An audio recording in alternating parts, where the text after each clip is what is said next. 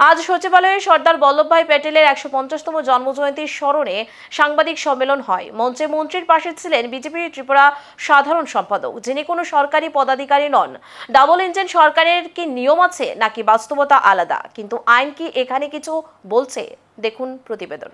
আজ সচিবালয়ে স্বাধীন ভারতের লৌহপুরুষ সর্দার বল্লভভাই প্যাটেলের ১৫০তম জন্মজয়ন্তী স্মরণে এক কর্মসূচির আয়োজন করেছে মাই ভারত।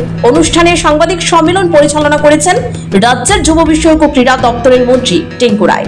তবে আজকের অনুষ্ঠানে দেখা গেছে এক ভিন্ন চিত্র।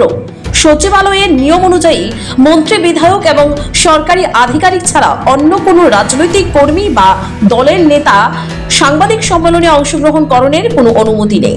এটি স্পষ্টভাবে সরকারি আইন এবং বিধি মোতাবেক।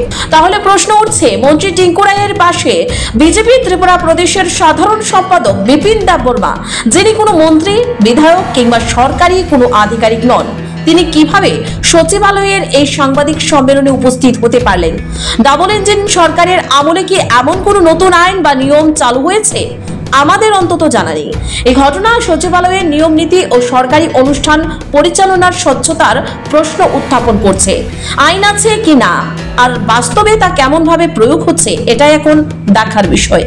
এখনকার মতো সংবাদ এ পর্যন্তই। পরবর্তী সংবাদের জন্য অবশ্যই দেখতে চোখ রাখুন নিউজ ভিজিলেন্টের পর্দায়। নমস্কার।